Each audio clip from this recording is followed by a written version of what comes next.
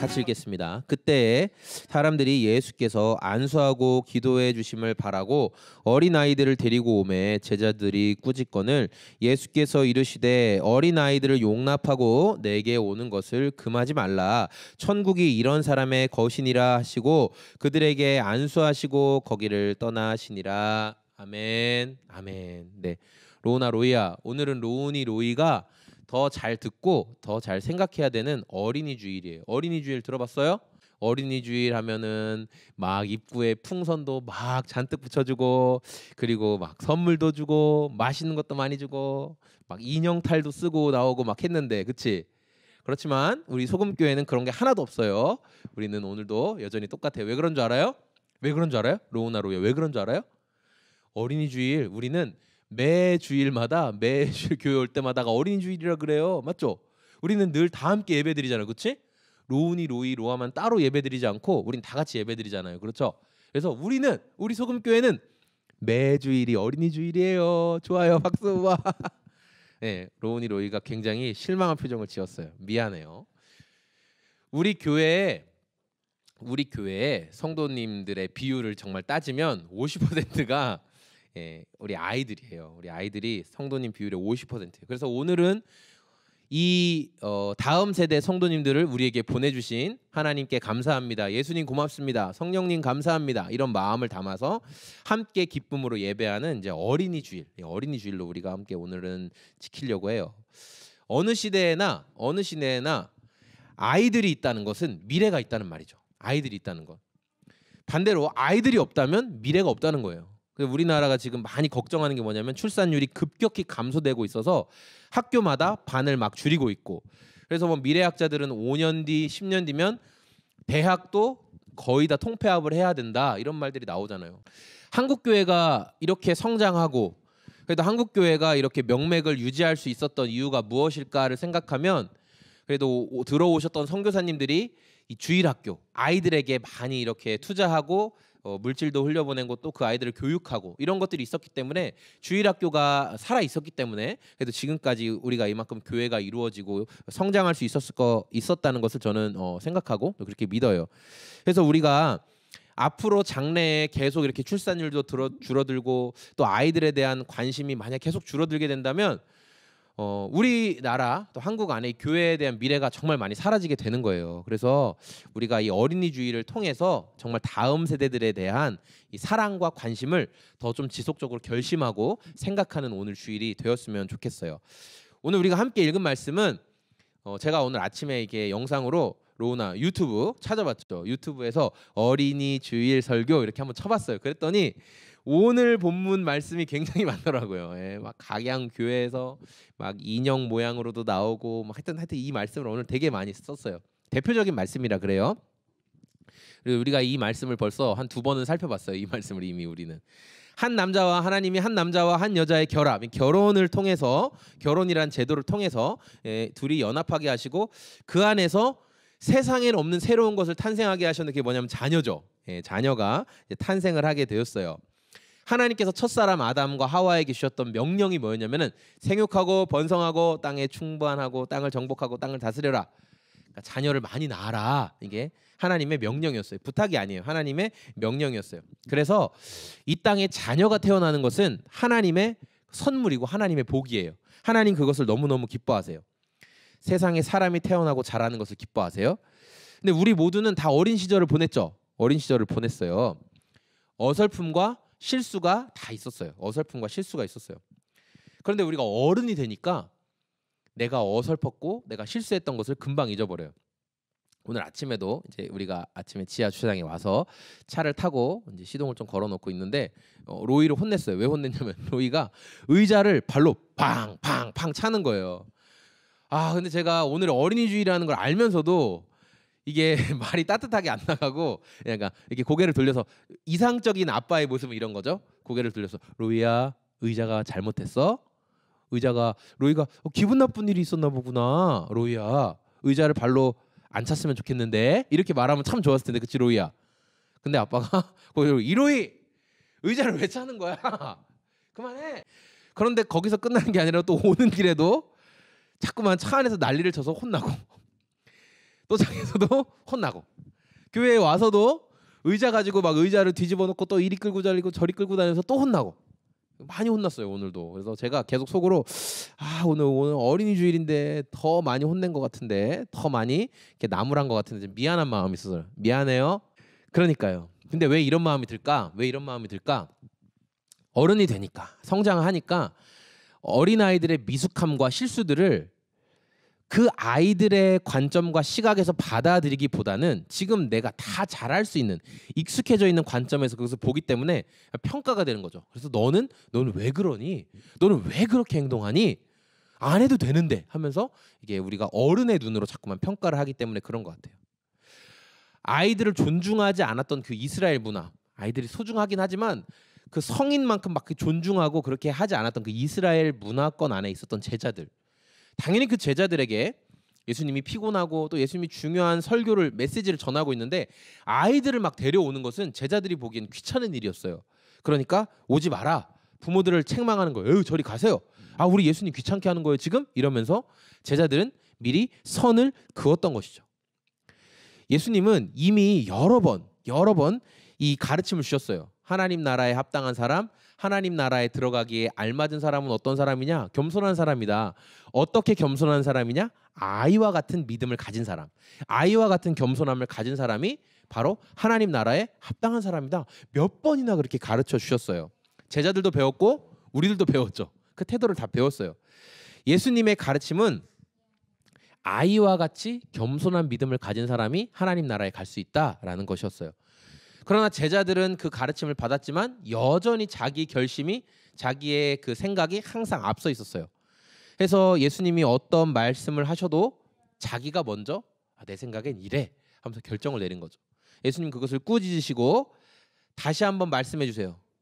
하나님의 왕국에 합당한 사람은 이런 어린아이와 같은 믿음을 가진 사람이다. 그러면서 그 아이들에게 다 손을 얹어서 기도해 주시고 안아주시고 품어주셨어요. 우리는 내 생각으로 판단할 때가 너무 많아요. 좀 전에 나누었던 것처럼 아이들을 키우고 있으면서도 종종 이 아이들의 행동을 하찮게 여기고 또 소중하지 못하게 대할 때가 많아요. 하지만 예수님은 이런 아이들과 같은 믿음을 가지고 있는 사람이 천국의 하나님의 왕국에 합당하다. 아이들을 소중하게 대해라. 이렇게 말씀하셨어요.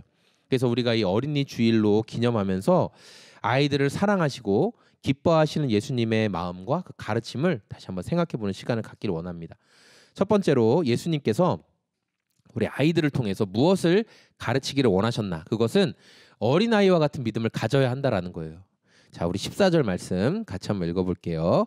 예수께서 이르시되 어린아이들을 용납하고 내게 오는 것을 금하지 말라. 천국이 이런 사람의 것이니라 하시고. 아멘.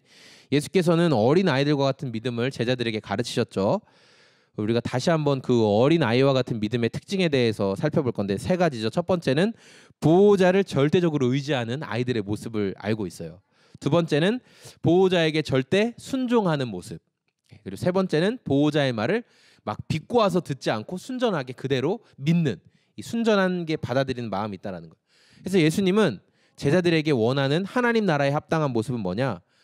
보호자이신 하나님을 절대적으로 의지하는 자, 보호자이신 하나님께 절대 순종하는 자, 보호자이신 하나님의 말을 순전하게 믿는 자. 이게 어린아이와 같은 믿음이라는 거예요. 그래서 이런 마음을 가지고 있어야 한다. 예수님이 우리에게 말씀하셨죠. 두 번째로 예수님이 아이들을 통해서, 아이들을 보여주시면서 제자들에게 가르치기 원했던 건 뭐냐면 예수님께 나오는 사람을 절대 거절하지 않으신다라는 거예요.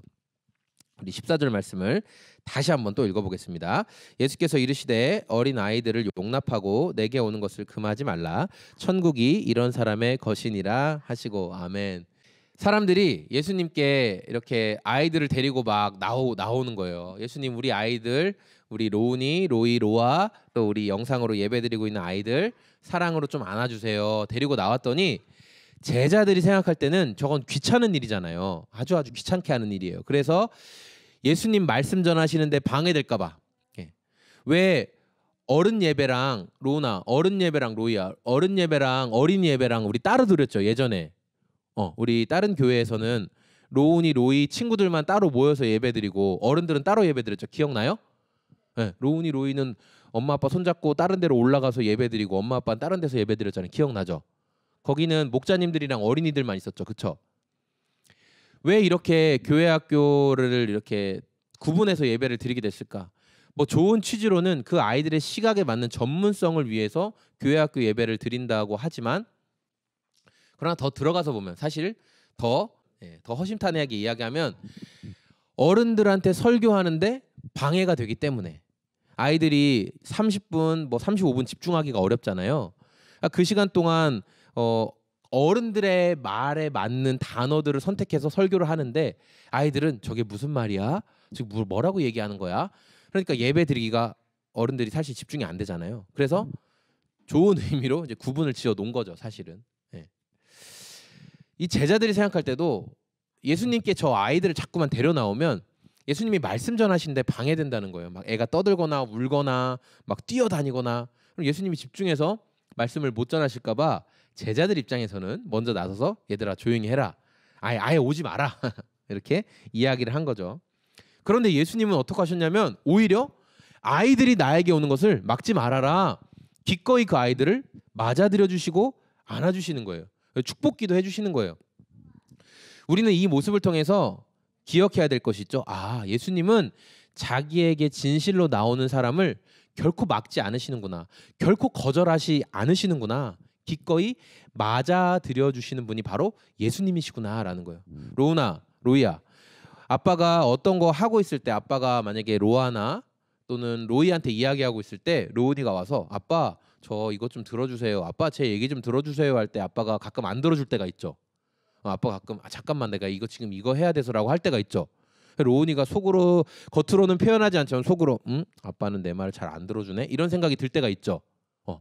그런데 아빠는 그렇게 실수할 때가 있지만 예수님은 절대 실수할 때가 없어요. 맞아요.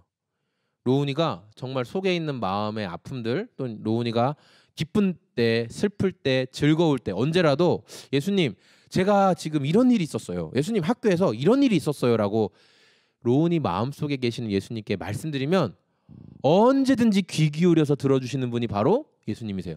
어떠한 말이든 다 들어주시는 분이 바로 예수님이세요. 로운이, 로이, 로아가 이 사실을 꼭 기억했으면 좋겠어요. 예수님은 절대로 로운아 다음에 이야기하자, 로이야 지금 내가 좀 바쁘거든 나랑 다음에 이야기하자 하시는 분이 절대 아니세요. 지금 이야기하자, 지금 나에게 이야기해 주렴, 내가 지금 들어줄게, 언제든지 그렇게 말하시는 분이 누구라고요? 예수님이세요. 맞아요. 우리가 믿는 하나님이 바로 그런 분이세요. 오늘 결론적으로 제자들이 예수님께 책망받은 이유는 뭐냐면 예수님이 소중하게 생각하시는 대상을 제자들은 소중하게 생각하지 않았기 때문에 그런 거예요.